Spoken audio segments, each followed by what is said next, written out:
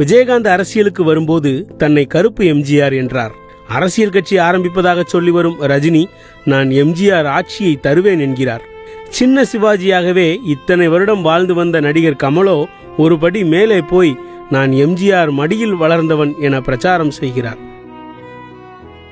எம்ஜிஆருக்கு எந்த விதத்திலும் சம்பந்தமில்லாத பாஜகவினரும் வேல் யாத்திரை விளம்பரத்தில் எம்ஜிஆரை பயன்படுத்தினர்.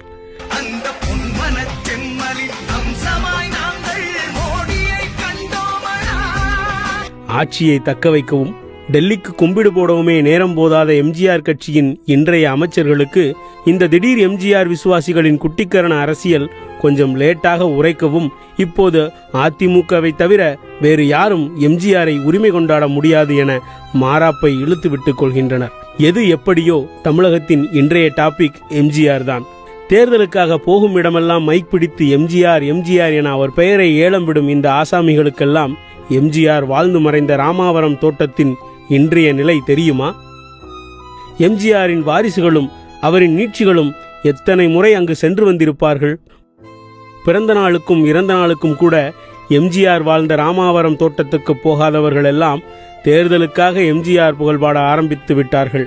ஆனால் எம்ஜிஆர் வாழ்ந்த அந்த இல்லத்தின் பரிதாப நிலை ஆட்சியாளர்களுக்கும் ஆள நினைப்பவர்களுக்கும் தெரியுமா? ஒரு கதவு இற்றுப்போய் மூடியே கிடக்க, கதவே இல்லாத இன்னொரு வாசல் வழியாக உள்ளே போனால் பெயிண்ட் உதிர்ந்து தொங்கியபடியே வரவேற்கிறது எம்ஜிஆர் வாழ்ந்த ராமாவரம் இல்லம் என்கிற போர்டு. அதிகாரிகள், காவல்துறையினர், கட்சியினர், பொதுமக்கள் என பரபரப்புக்கு பஞ்சமின்றி தமிழகத்தின் 2ஆம் தலைமைச் செயலகமாக இருந்த வீடும் அதன் வாசலும் பட்டுப்போன மரம், காய்ந்த புதர்கள், பராமரிப்பு இல்லாத மின்கம்பங்கள் என அரசால் கைவிடப்பட்ட பாலடைந்த பூங்கா சாயலில் பல்லிழிக்கிறது. வாசலில் இருக்கும் காவலர் அறையெல்லாம் மதுப்பிரியர்கள் ஒதுங்கும் மயான கிடங்கு போல் காட்சியளிக்கின்றன. எம்ஜிஆர் வாழ்ந்த வீடு மட்டும் அவரது குடும்பத்தினர் இன்னமும் வாழ்வதால் பராமரிக்கப்பட்டு கொண்டிருக்க, வீட்டை சுற்றிய பல கட்டிடங்கள் புதர்மண்டி பராமரிப்பில்லாமல் இருண்டு கிடக்கின்றன.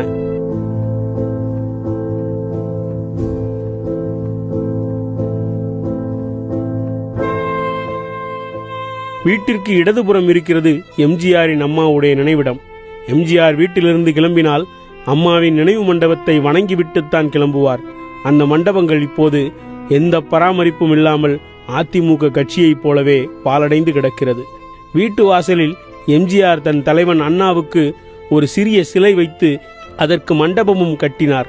அது இப்போது கவனிப்பாரற்று சிதிலமடைந்து கிடக்கிறது.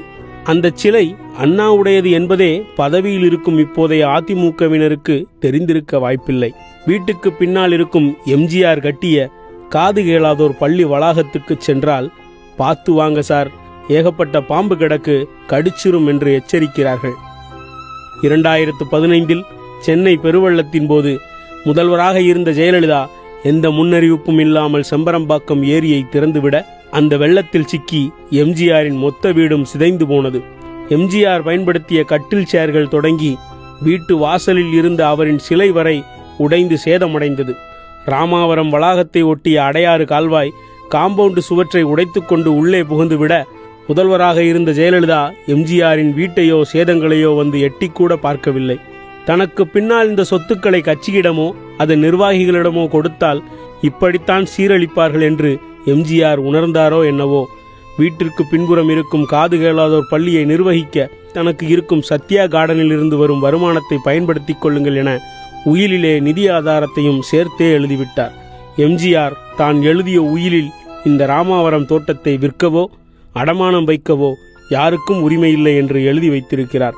இல்லையென்றால் தமிழ்நாட்டின் இந்த புது சங்கிகள் கட்சியைப் போலவே ராமாவரத்தையும் கமலாலயத்துக்கு எப்போதோ அடமானம் வைத்திருப்பார்கள். ஏசி சண்முகம் கல்வி வளாகத்தில் எம்ஜிஆர் சிலையை திறந்து வைத்துவிட்டு எம்ஜிஆர் ஆட்சியை என்னால் தர முடியும் என்று சொன்ன ரஜினி ராமாவரம் தோட்டத்துக்கு போயிருக்கிறாரா? எம்ஜிஆர் பெயரை சொல்லி அவர் கட்சியை கைப்பற்றியவர்களும் ஆட்சிக்கு வந்தவர்களும் வர துடிப்பவர்களும் இந்த ஒரு நாளாவது அவர் வீட்டுக்கு வெள்ளையடித்து சுத்தம் செய்து பெயருக்காவது அங்கு வெறித்த சாலையை பார்த்து கொண்டு அனாதையாக நிற்கும் எம்ஜிஆரின் சிலைக்கு மாலை அணிவித்தால் மெரினாவில் உறங்கும் எம்ஜிஆரின் ஆன்மா கொஞ்சமாவது நிம்மதி அடையும்.